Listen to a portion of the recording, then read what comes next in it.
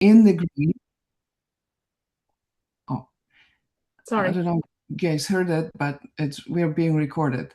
So normally in the tissues, blood gets pumped out to the tissues using arteries and goes back to the heart using veins. And there's a gradient of pressure at the end of the vascular structure of the capillary bed, which pushes the fluid out into the tissues. And this fluid, in normal conditions, gets sucked in by the lymphatic vessels, and then it travels through the lymphatic trunks to the bigger vessels and gets dumped into the vein. So this is what we see right here on the left. This is a normal situation. This is the second picture shows an enlarged view of a lymphatic vessel that kind of sucks this fluid in, and then the fluid travels back to the venous circulation and it's dumped back into the blood circulation. So now in abnormal conditions, when lymphedema happens, something happened to the lymphatic. So there's a scar, which is indicated by this arrow, across the lymphatic trunk. So what happens when there's a scar? There could be surgery, there could be even maldevelopment of vessels. So then all this lymphatic fluid has nowhere to go and it gets bucked up and causes swelling. So instead of this vessel, which was nice and skinny and functioning, we see a large, thicker vessel that is not able to function well.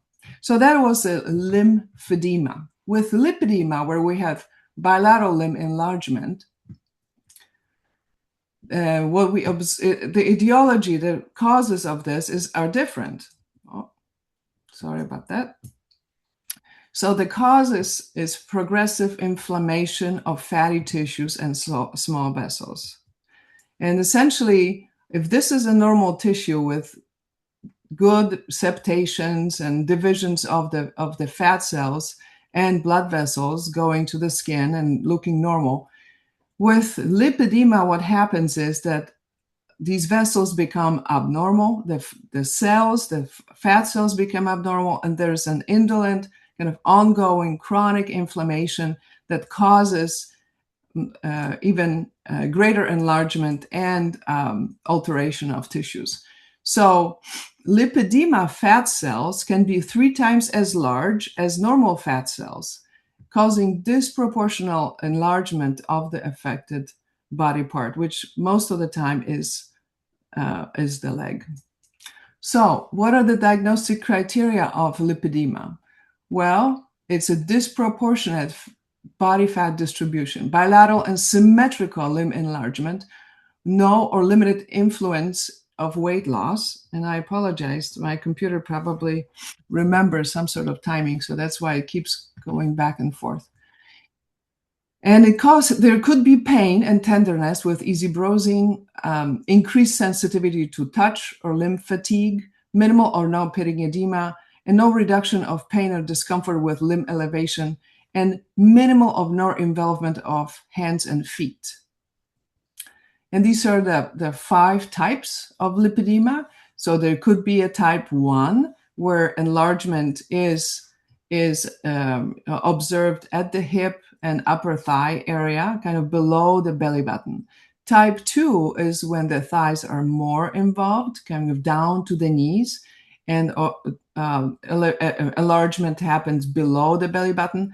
Then the whole leg is involved up to the ankles, and feet are spared. And then type 4 is when the arms are also affected. The legs could be, but not necessarily. And then type 5 is strictly lower leg enlargement. How can we distinguish between lymphedema and lipedema? We can perform a stemmer sign. This is what we routinely do when you come to my office. We can pinch the skin on top of the second toe. If it pinches okay, it means there's no lipedema. No lymphedema.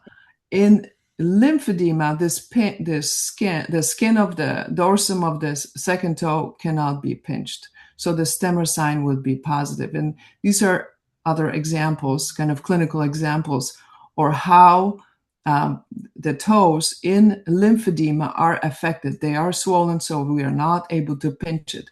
In lipedema, we are able to pinch it, and we are able to kind of squash and fold the skin above the second toe, because in lipedema, feet are spared. In the operating room, we performed this 1-minute thumb test. This was when we're doing lymphatic sparing liposuction. And by holding your thumb onto the shin for 1 minute and taking the thumb away, we can distinguish if the tissue composition is mostly fatty tissue, or it's going to be a component of swelling. And in this case, if there is no indentation after pushing with your thumb on the shin for 1 minute, it means that this is going to be mostly fatty tissue. So as such, it can be treated by liposuction. In contrast with lymphedema, when we push on the shin, there's going to be an indentation that's kind of obvious and it stays there. That means that a lot of limb enlargements due to swelling. So the treatment is going to be different. These are some examples of pre- and post-operative cases treated with various modalities we'll go over briefly in the next slide. So the left side again is lymphedema, unilateral swelling, unilateral enlargement, and the feet are also involved. And lipedema, there is bilateral enlargement, and the feet are actually quite spared with this very typical cuffing at the ankles. So now we can distinguish between lymphedema and lipedema. So what can be done about it? So as usual, there is conservative treatment and there is surgical treatment. Conservative treatment means no surgery. And with the conservative treatment, we can employ physical therapy, compression, pneumatic therapy, diet and weight loss, and exercises. But if those measures are not successful, then we progress to surgical. And surgical therapy would be composed of two main lines of thoughts and treatment pathways. One would be for lipedema, and the other one is for lymphedema. And sometimes they could be similar for both diseases. So for lymphedema, we talked about that there is an obstruction in the pathway of these lymphatics, right? This is what causes the problem. So the idea to deal with that problem would be to bypass the obstruction, and that can happen through so-called physiologic procedures, which would entail either lymphatico-venous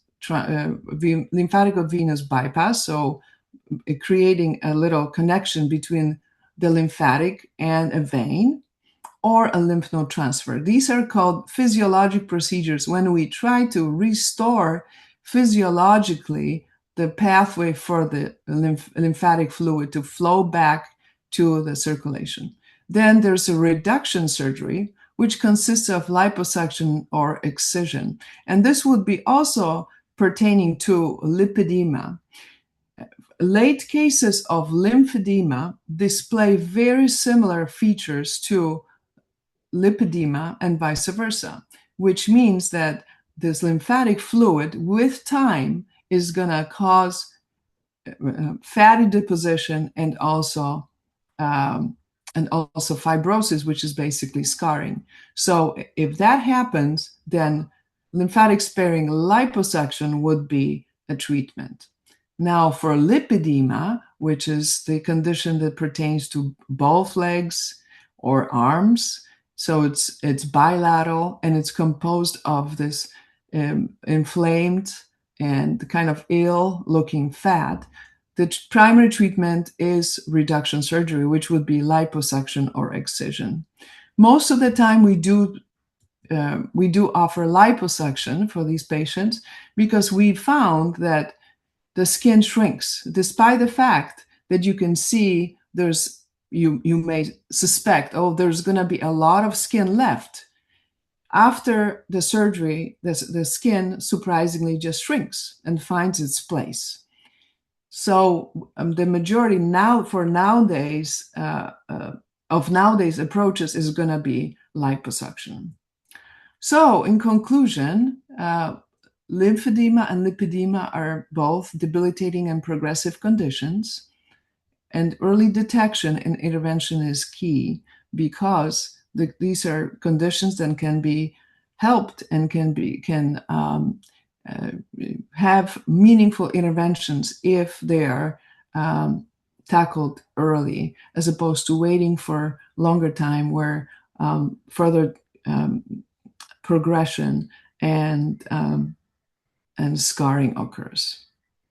All right, thank you very much. And I apologize for my presentation having its own mind.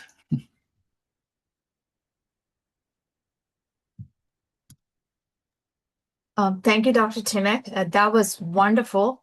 So if our patients have any questions, Sydney, can they go ahead and ask, or do you have a... Yes. Yeah.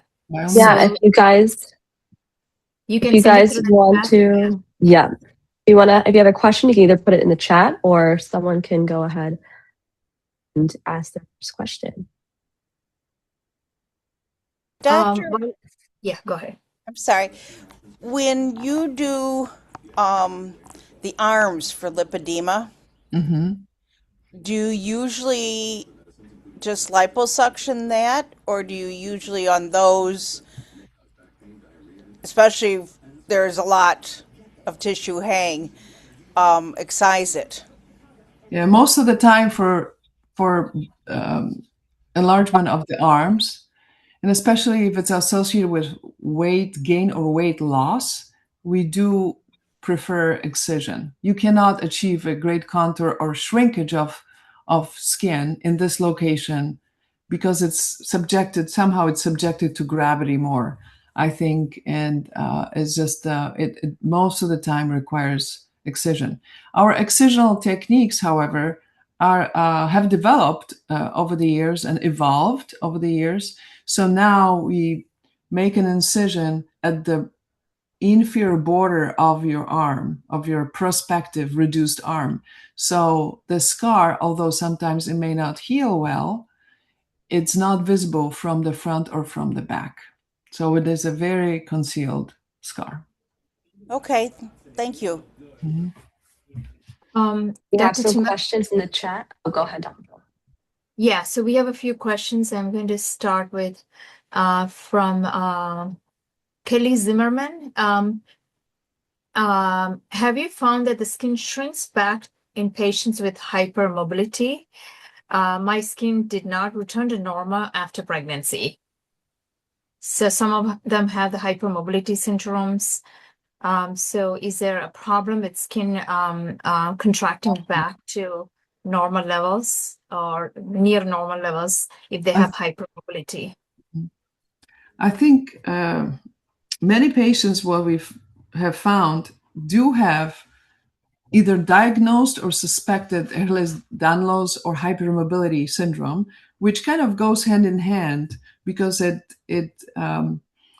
yields very stretchy, hypermobile, not only joints, but also the skin has decreased amount of elasticity, so it may bounce back with less reliability. But I have to tell you, now that I have, we've been doing this surgery for several years, but so it's not decades. But based on my experience, we are very encouraged to see that the skin does go back and shrinks. Things that can aid with skin shrinkage are additional treatments, energy treatments, such as radiofrequency microneedling, where we use a machine that causes micro injuries and basically heats up the tissues. You're not feeling it as really, really hot. It's a minor elevation of the temperature, but still it's enough to wake up the cell, which is called fibroblast, to produce more elastin and collagen, and which causes tightening of the skin. Also, with lower extremity surgery, special liposuction, we employ very rigorous compression regimen, which means that after you get your liposuction, you have to follow instructions and wear compression for even 6 months, or maybe even for the rest of your life. And that's key to allow the skin to remodel and shrink. So I don't think we can extrapolate what happens with the belly enlargement and pregnancy to the situation after leg surgery.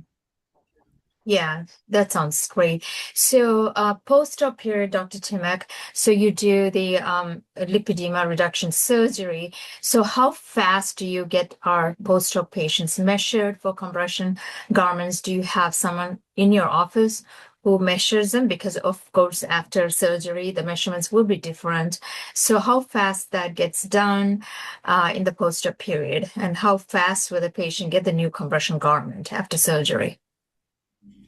So what we do is we put patients in compression right away on the operating table. They leave our facility with the compression garment on.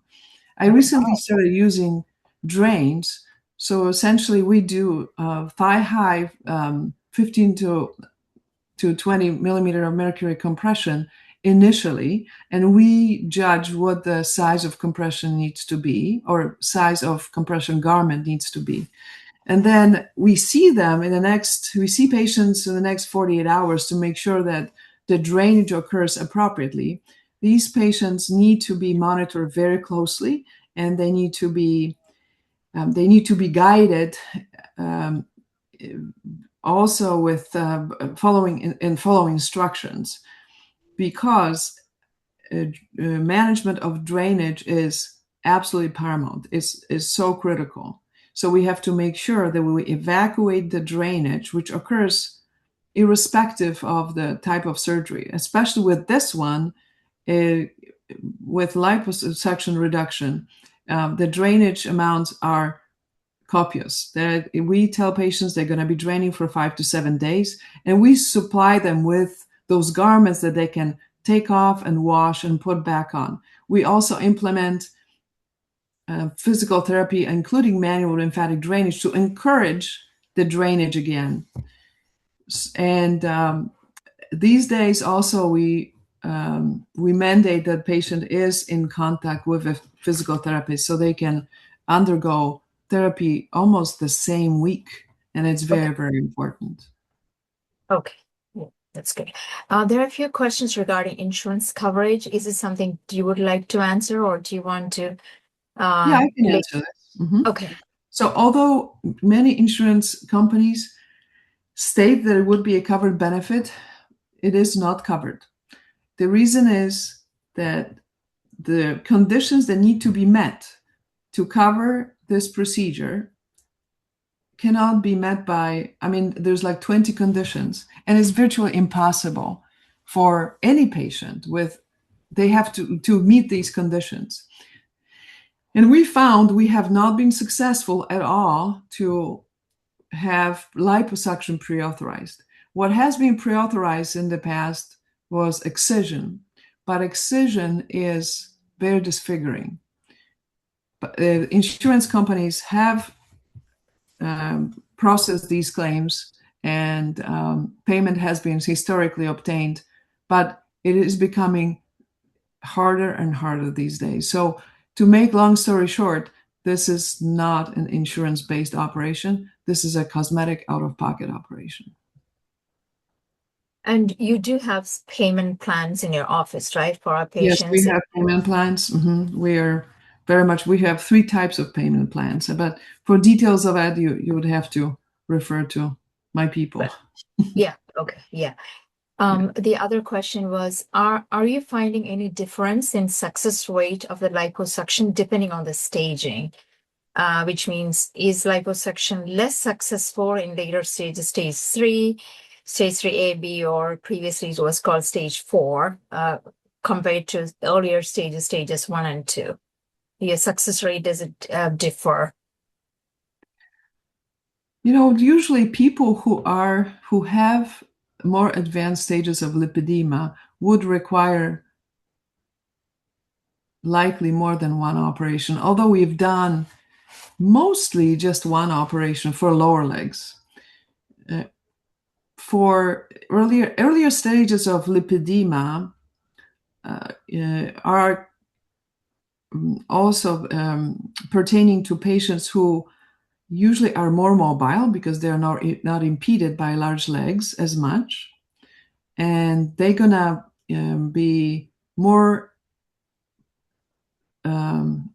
moving more after surgeries. So I think the way they bounce back is faster. It's easier for them because they are used to movement, and movement is critical for successful recovery. So I guess it is also depending on how we define success, whether success is how they return back to their normal activities. Do they feel less pain? I've had patients who were teachers, and they were teachers of first and second grade, and kids would sit on their lap, and before the surgery they couldn't even have the kid come close to their legs because they would be so painful. And after the surgery, they can have kids sit on their lap and there's no problem. So that is probably success, but again, the surgery has to be implemented gingerly. If lipedema is of advanced stage, we have to include probably more than one session of to reduce the limb to the acceptable size. And it's not only for the recovery, also for safety of the procedure too. So we wouldn't be able to do too much all at once. So it's done in stages. So if you could just explain, Dr. Timek, how many liters that you would, take out at a time, and how many stages of procedure that you plan to do for patients with both arms and legs, and perhaps the abdominal wall affected too. So our absolute cutoff is 5 liters for an outpatient procedure, not to have mandate admission to the hospital and not to risk extensive fluid shifts. After exceeding 5 liters, the complication rates go exponentially high. So we don't ever want to do this, especially in ambulatory setting. We do have fully accredited operating room, and we've been doing it for a while. We have equipment that's geared towards this kind of surgery, which is power-assisted liposuction. It helps us save blood vessels and lymphatic vessels, but we never go past that number. So it all depends on the situation that we are facing, whether it's a small enlargement or it's a very extensive enlargement involving multiple body parts. Usually we would not be able to combine upper limbs with lower limbs, and we do it symmetrically. I'm a strong believer of a symmetrical operation. I think legs are bilateral organ. They should look similar if at all possible. So when it comes to lipedema, we would do, with extensive involvement, we would do bilateral lower legs first, and then we progress with the thighs. And then if the tummy is still an issue, then we would do the thighs. But usually we listen to the patient and ask them what they would prefer, whether they would prefer their arms to be done first or their legs, what is their preference, but knowing that we cannot do both at the same time. Sure. Next question is from Maria. So are there any contraindications to lipedema surgery? So, for example, do you have a BMI cut-off limit? Next. Okay. Or if someone has a blood clotting disorder, if they have an actually positive history of thromboembolism or blood clots in the past, or if they are positive for, hypercoagulability disorder, is that a contraindication to surgery? So your first question was About the BMI. And then criteria. So essentially, yes, we are very picky about who will be a candidate for this operation because it is a very tough operation. It is not to be treated lightly. The recovery is very demanding, and it is really important that we present the patient with the initial criteria that would make this effort even doable. So the BMI cutoff would be 30, and 32 is probably the absolute maximum. Past that number, it's not a safe operation. And I think the first measure would be to reduce the weight, change the lifestyle, which is important for long run success. Because if we don't first do these two things, which is weight and exercise, weight management and exercise implementation, even after an amazing operation, the body response is going to be that it's going to want to replenish energy supplies. So it's going to make you eat more. And we know through research that you are protected from this rebound effect if you exercise. And the recipe is to exercise 30 minutes, 5 days a week, doing mild to moderate cardio, which is basically brisk walking. So you got to stick with this, modify it ahead of time and before the surgery. So that would be for the criteria. So the patient has to be mobile, motivated, and their BMI needs to be below 30. 32 would be the absolute cutoff. It would depend on the situation. With the blood clot, absolutely, we're absolutely worried about blood clots with this condition, and that's why it's so important to be able to move afterwards. All patients will have prophylaxis of or against blood clot with a blood thinner for 2 weeks or sometimes longer. If there is a known blood clotting disorder, then we would likely consult with a hematologist to help us manage this. If the patient is on Eliquis, Xarelto, or any type of blood thinner, then we would likely after massive consultation, we would likely have him on it, transition to Lovenox, then do the surgery and resume anticoagulation, which is a blood clot treatment, prophylactic treatment after, or even, that would depend. But you're absolutely right. Blood clots are a very high risk for this particular procedure, and that's why early mobility and prophylaxis, chemical prophylaxis are critical. Thank you. We have maybe time for one more question. What's the recovery period for liposuction surgery? So for a working person,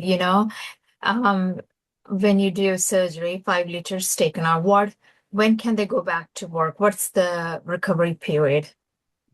It depends on what they do, if they have to be on their feet for a long time, but usually we would say 3 weeks. 3 weeks, and then you can go back knowing that you have to wear compression 24/7. It's going to be at 2 weeks, you're going to be transitioned to 20 to 30 millimeter of mercury compression. It will probably be pantyhose type. So there's no tourniquet effect, kind of below that, below the potential tourniquet caused by, say, knee-high or thigh-high compression. But you have to be able to keep your leg parallel to the floor throughout the day, periodically, and then do exercises. So there is a lot to it afterwards. when you're going to start to think, oh, when did I have that surgery? It's going to be probably at 2 months.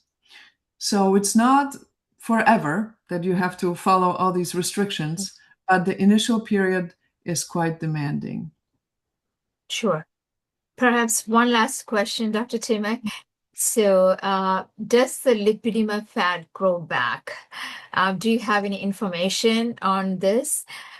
Percentage of people that this happens? And I guess medical management is very important in the post-op and the long term. But do you want to answer that question from Lisa Goodson? The recurrence rate, yeah. You know, most of the time, patients who've gone through this and have been educated about what they need to do, they maintain their weight or lose it, quite honestly. This is what I have seen, thankfully. So I have not observed that the fat would grow back. From a technical perspective, once you remove it, you physically basically take it out of the body. So these particular fat cells will not grow because they don't exist anymore. But if you gain weight, the fat is going to go elsewhere where the surgery was not performed. So, you know, calorie excess will always kind of manifest itself somewhere. Right.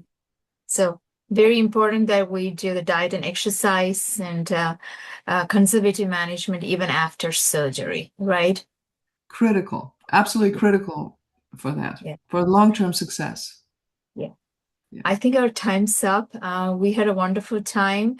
Thank you, Dr. Timek. We really appreciate it. Thank you, Sydney, for arranging all these things. And we thank your practice manager, Melinda, too. And we want to thank all our patients who participated. All right. Thank you very much. Thank you for having me again. Thank you, Dr. Timek. I'll be sending out a summary for everyone that, you know, just so you don't have to take notes and everything. So I'll